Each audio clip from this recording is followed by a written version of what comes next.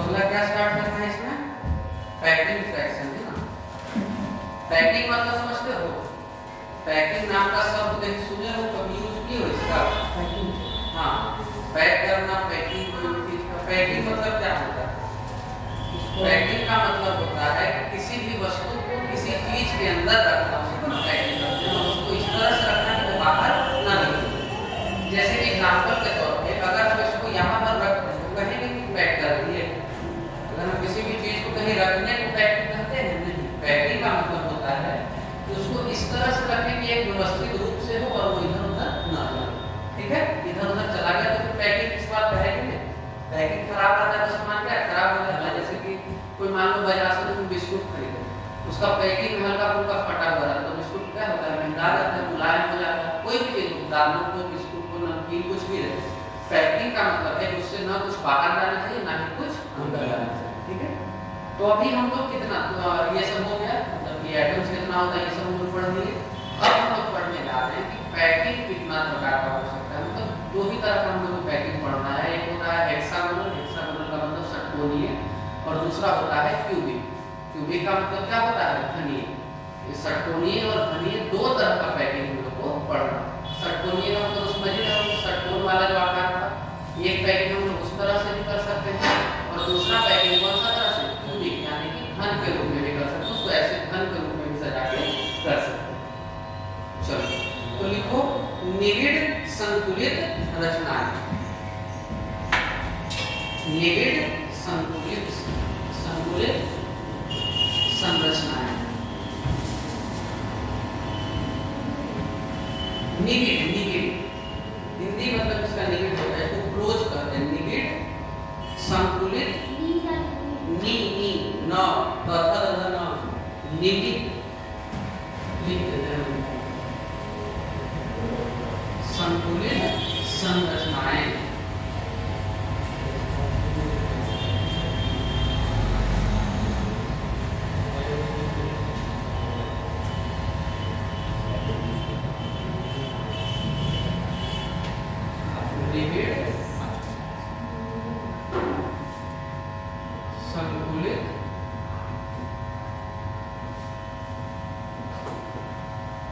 ठीक है, इसका मतलब होता है close packed structure. Close packed structure. ठीक है, मतलब कि हम लोग क्लोज पैकिंग करना है। जैसे इसका मतलब समझो ध्यान से, हम लोग टोटल 4 प्रकार का पढ़े हैं ना। कितना प्रकार से आइटम को सजाया जा सकता है? 4 प्रकार से। एक होता है सिंपल क्यूबिक, दूसरा बॉडी सेंटर्ड, तीसरा फेस सेंटर्ड और चौथा एंड सेंटर्ड। तो इसमें सबको क्लोज पैकिंग नहीं कहेंगे। कहे तुमको दिख रहा होगा कि जो नॉर्मल क्यूबिक वाला था उसमें बीच में बहुत सारा जगह बच जा रहा था, दूसरे में भी बीच में था लेकिन अगल बगल में थोड़ा बहुत जगह बच जा रहा था। मतलब हर किसी में कुछ ना कुछ जगह बचेगा, पूरा पूरी तो भर नहीं सकते हो। एक गेंद को कभी भी तुम बक्सा में रखोगे तो ऐसा हो सकता है कि थोड़ा सा भी जगह न बचे, थोड़ा बहुत जगह बचे, लेकिन मिनिमम बचना चाहिए, है ना। हमारा क्या कोशिश रहता है कि मिनिमम बचे, जिससे कि उसमें सबसे ज्यादा गेंद रख सके। अगर वो इतना छोटा डिब्बा है, अब उसमें 4 को गेंद में भर दिए तो दिक्कत ना होगा। जैसे कपड़ा लेके जाते हो, मान लो शादी लेके जाते हो, शादी का सीजन आ रहा है, मान लो कपड़ा लेने जाते हो, तो ये करना चाहिए तो कोशिश करते हो कि बढ़िया से सरिया कर रखें कि सब कपड़ा आ जाए। अगर जैसे जैसे रखोगे तो 500 कपड़ा में बैग खुल जाएगा, भराया नहीं बढ़िया से। तो क्या हम लोग चाहते हैं कि मैक्सिमम हो, उसी को कहते हैं packing, close packing. Close packing का मतलब निविड़ संतुलित, क्लोज पैकिंग संरचनाएं स्ट्रक्चर। तो दो तरह का पढ़ना है। एक होता है हमारा क्यूबिक यानी कि घनीय, और दूसरा होता है षटकोणीय जिसको कि कहते हैं हेक्सागोनल।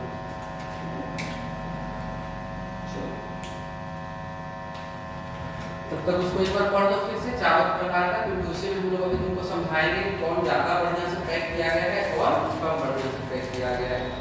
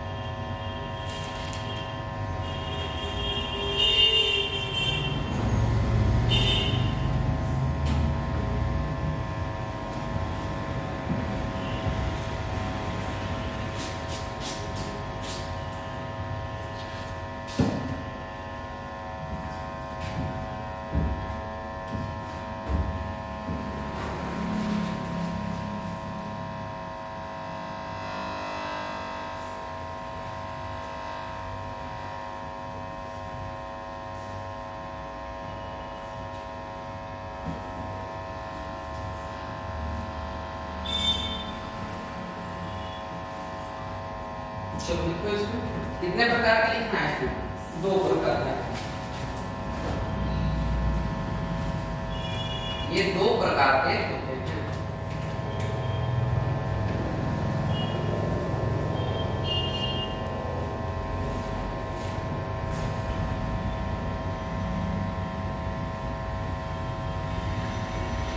पहला जिसको कहते हैं क्यूबिक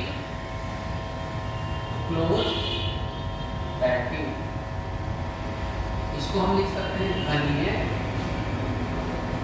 निबिड़ संतुलन।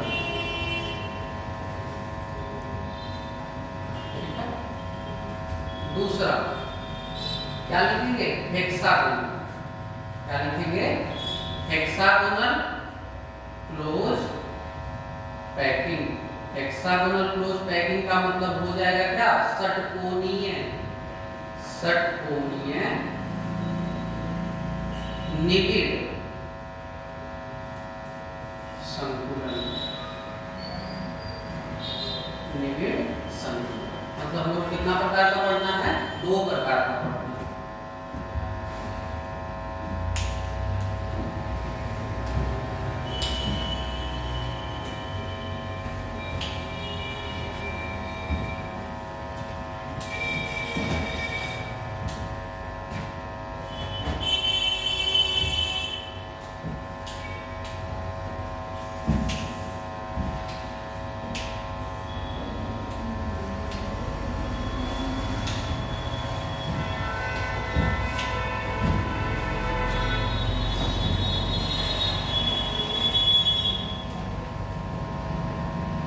तो लिखो पहला हेडिंग डालो, cubic close packing. Cubic close packing घनीय निबिड़ संतुलन।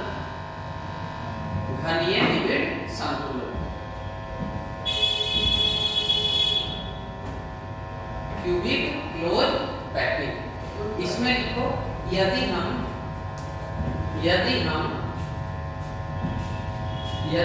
किसी घनीय संरचना में, यदि हम किसी घनीय संरचना में, यदि हम किसी घनीय संरचना में, यदि हम किसी घनीय संरचना में न्यूनतम, यदि हम किसी घनीय संरचना में न्यूनतम रिक्त स्थान,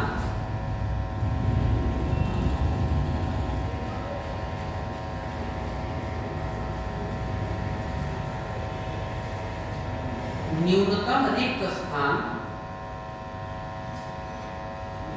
छोड़ते हैं, रिक्त स्थान छोड़ते हैं, तो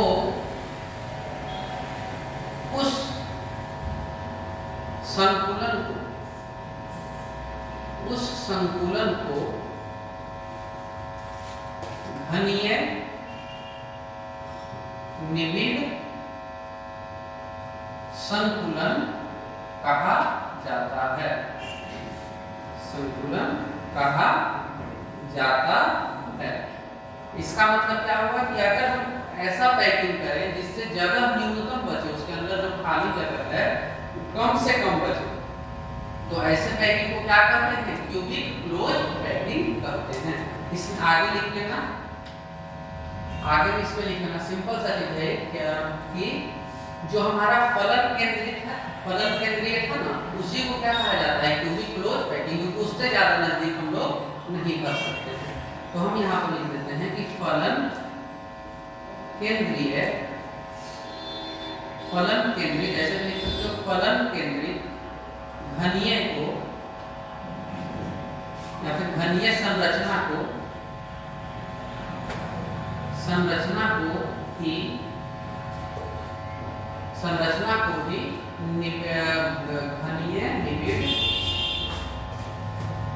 घनीय निबिड़ संतुलन कहते हैं। संतुलन कहते हैं। ऐसे में लिख सकते हैं कि face centred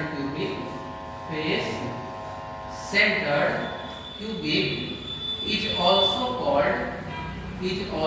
called cubic closed packed structure. ठीक है, मतलब वो जो हम लोग पढ़े थे ना तीसरा प्रकार face cubic, face centred cubic, उसी को कहा जाता है क्या क्लोज। बाकी तीनों उतना अच्छा से भरा हुआ नहीं रहता है, लेकिन उन चारों में सबसे ज्यादा भरा हुआ कौन सा रहता है? फेस सेंटर्ड, जिसको हम लोग बोलते हैं पलर, जिसके चारों छह फेस पर एक एटम रहता है, उससे ज्यादा बढ़िया से भरा हुआ कोई नहीं रहता। आगे हम लोग जब पैकिंग फ्रैक्शन पढ़ेंगे ना कि कितना परसेंट भरा हुआ रहता है, तब उसमें देखना कि सबसे ज्यादा किसका आता है, उसी का 74% आता है, जो कि सबसे ज्यादा। चलो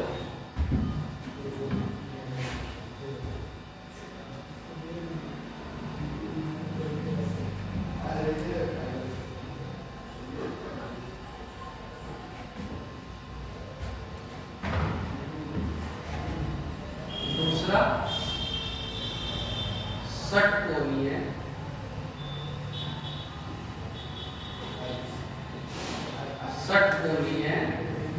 निविड संकुलन,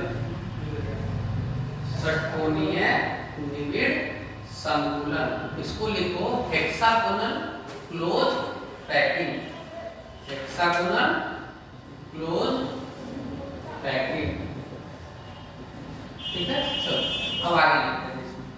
हेक्सागोनल का मतलब समझते हो षटकोण, तो हम यहाँ पर लिख रहे हैं कि यदि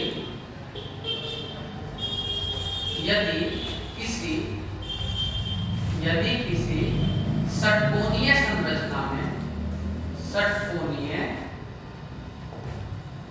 संरचना में, यदि किसी षटकोणीय संरचना में न्यूनतम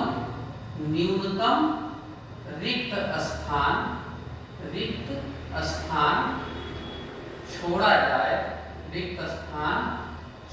जाए, तो उस संरचना को हम क्या कहते हैं? उस संरचना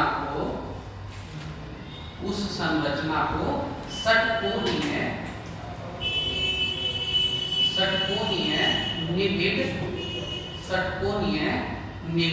संकुलन कहते हैं, षटकोणीय निविड संकुलन कहते हैं। ठीक है, इसका डायग्राम भी बना लेना।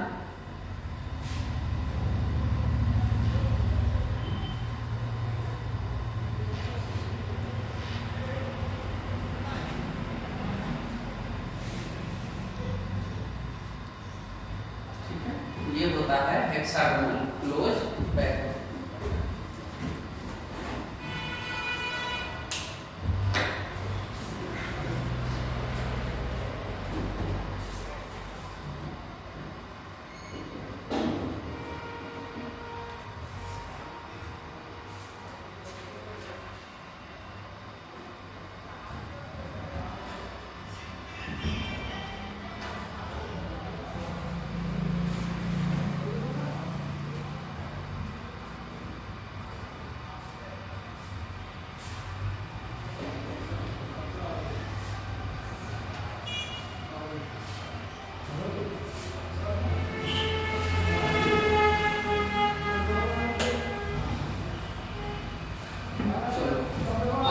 संकुलन क्षमता, पैकिंग फ्रैक्शन, संकुलन क्षमता यानी कि क्या? Packing fraction. इसको मिटा रहे हैं।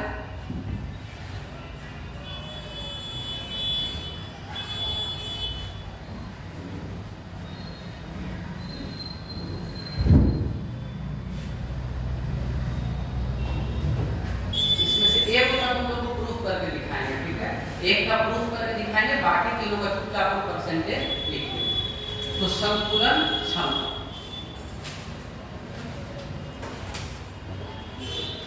संकुलन क्षमता, इसको इंग्लिश में कहते हैं पैकिंग फ्रैक्शन, पैकिंग फ्रैक्शन। कोई दिक्कत इसमें कि कितना परसेंट जगह है जो कि भरा हुआ है, कितना परसेंट जगह है भरा हुआ है, कितना है?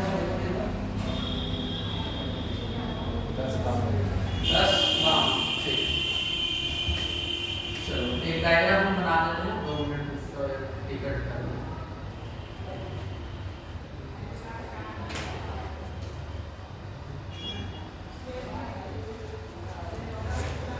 ये हो गया सिंपल क्यूबिक। तो पहला हम यहाँ पर लिख देते हैं क्या, सिंपल क्यूबिक। ठीक है, इतना लिख के रखो।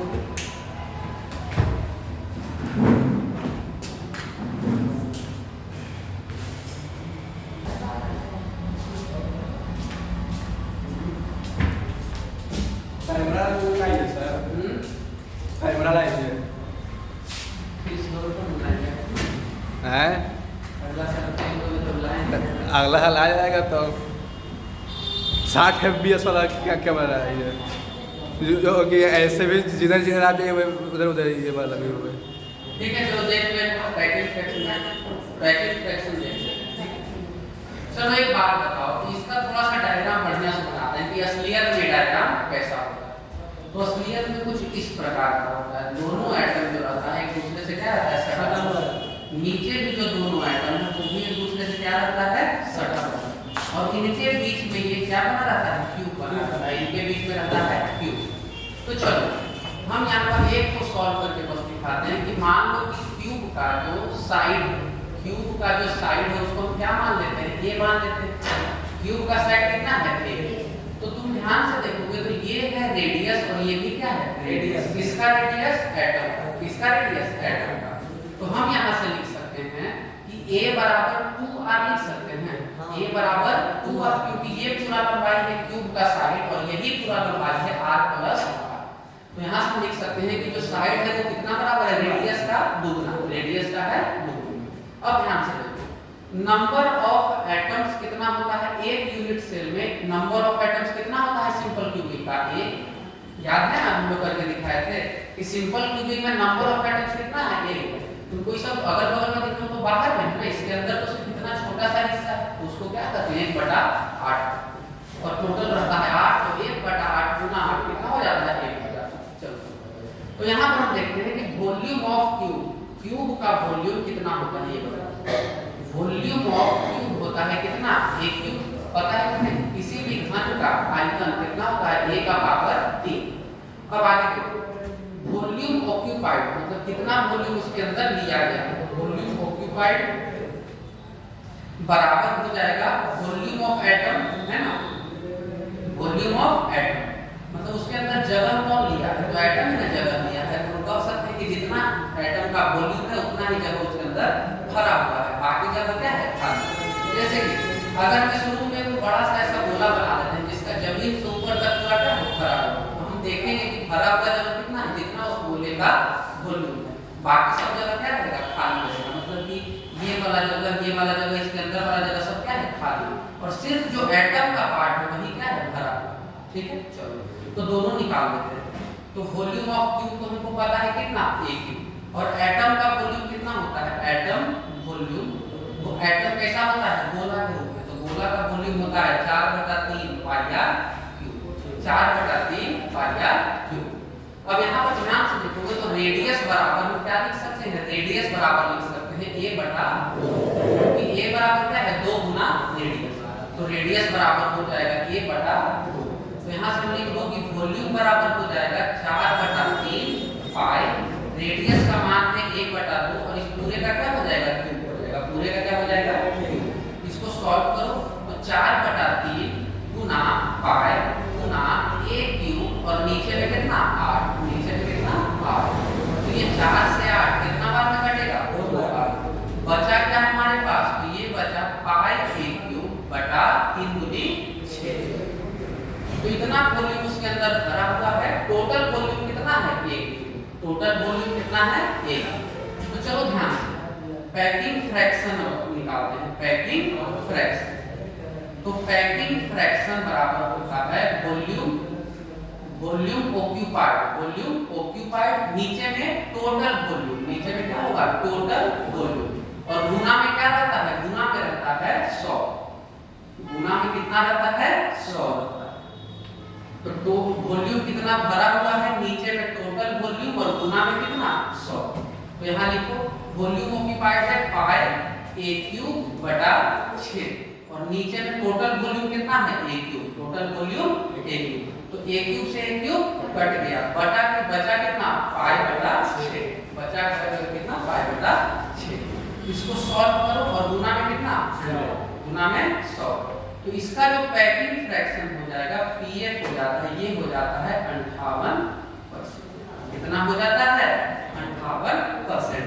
मतलब इसका जो 58% जगह है वो क्या है भरा हुआ है और बाकी जगह क्या है खाली है। इसका जो 58% जगह है वो भरा है, बाकी जगह क्या है खाली। ठीक है, लिखो इसको जल्दी से।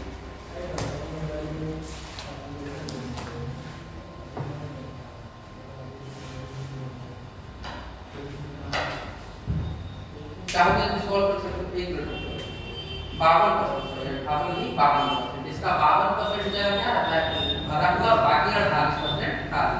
मतलब लगभग आधा जगह क्या रहता है खाली। तो कोई भी ऐसा पैकिंग जिसमें आधा जगह खाली हो, बढ़िया से होगा नहीं, उसमें तो बहुत जगह खाली है। चलो बाकी तीनों का हम लिख देते हैं। दूसरा हमारे पास क्या है, दूसरा हमारे पास body centred cubic. Body centred cubic. तो बॉडी सेंटर्ड क्यूबिक का अगर हम लिखना चाहें तो ये हो जाता है 68%। कितना हो जाता है 68%। तीसरा हमारे पास क्या है फेस सेंटर्ड क्यूबिक। तो फेस सेंटर्ड क्यूबिक का अगर हम बात करें तो ये हो जाता है 74%। और चौथा हमारे पास क्या है and centred cubic. And centred cubic. तो इसका भी हो जाता है कितना 68%। तीनों लिख लो जल्दी से।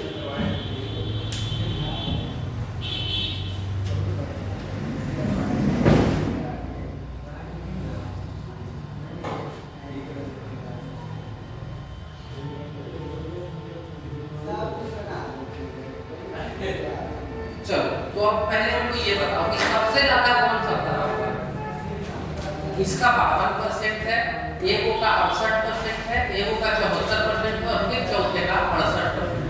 तो सबसे ज्यादा बढ़िया पैकिंग फ्रैक्शन किसका, पैकिंग फ्रैक्शन का मतलब सबसे ज्यादा संकुचित रूप से कौन भरा हुआ है, ये वाला फेस सेंटर्ड क्यूबिक। तो याद है जब हम कोई परिभाषा लिखा है तो नीचे में लिखा है तो ना कि जो क्यूबिक पैकिंग होता है उसमें सबसे बढ़िया से कौन सा पैक रहता है फेस सेंटर्ड, क्योंकि इसका पैकिंग फ्रैक्शन क्या है सबसे ज्यादा। कितना परसेंट है 74%। यानी लगभग उसका 3 हिस्सा भरा हुआ रहता है और 1 हिस्सा खाली रहता है। इसका लगभग आधा हिस्सा खाली और आधा हिस्सा भरा हुआ। तो ये चीज सबसे बढ़िया पैकिंग किसका होता है फेस सेंटर्ड क्यूबिक का। तो यहाँ पर हम लिख देते हैं highest packing fraction. Highest packing fraction किसका होता है each of face centred cubic. Face centred cubic इसका हाईएस्ट पैकिंग फ्रैक्शन।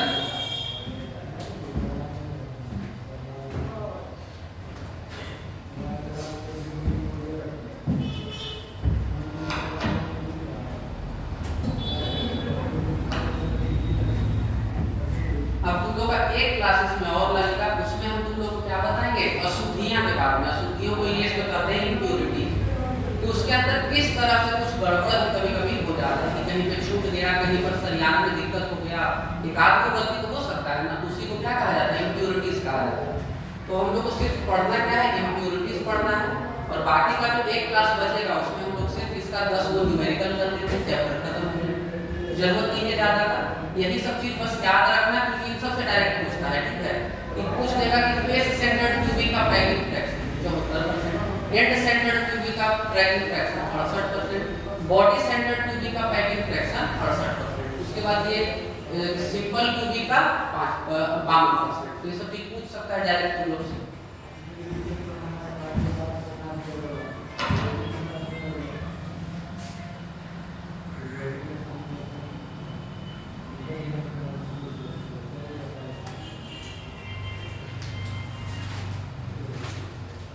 हो गया इतना तक कोई दिक्कत। तो अभी तक हम लोग पढ़ रहे हैं सिर्फ और सिर्फ इसके बारे में सॉलिड का स्ट्रक्चर कैसा है। अब पढ़ लिए कि पैकिंग कैसे कैसे उसमें रहता है। ठीक है, और पैकिंग का फ्रैक्शन कितना है 52, 68, 64, 68 चार बता रहे हैं। ठीक है, तो आज इनका रहने देते हैं। अब सिर्फ क्या बचा इम्प्योरिटी, क्योंकि नया टॉपिक शुरू भी करेंगे तो खत्म नहीं होगा, इसलिए उसको अभी वही रहने देते हैं। उसमें ऐसे भी पूरा पूरी एक क्लास लगेगा, मतलब 1 घंटा लगभग पूरा पूरी लग जाएगा। बाकी का जो 45 मिनट बचेगा हम लोग अगला क्लास को उसमें क्या कर लेंगे कर लेंगे। तब तक क्या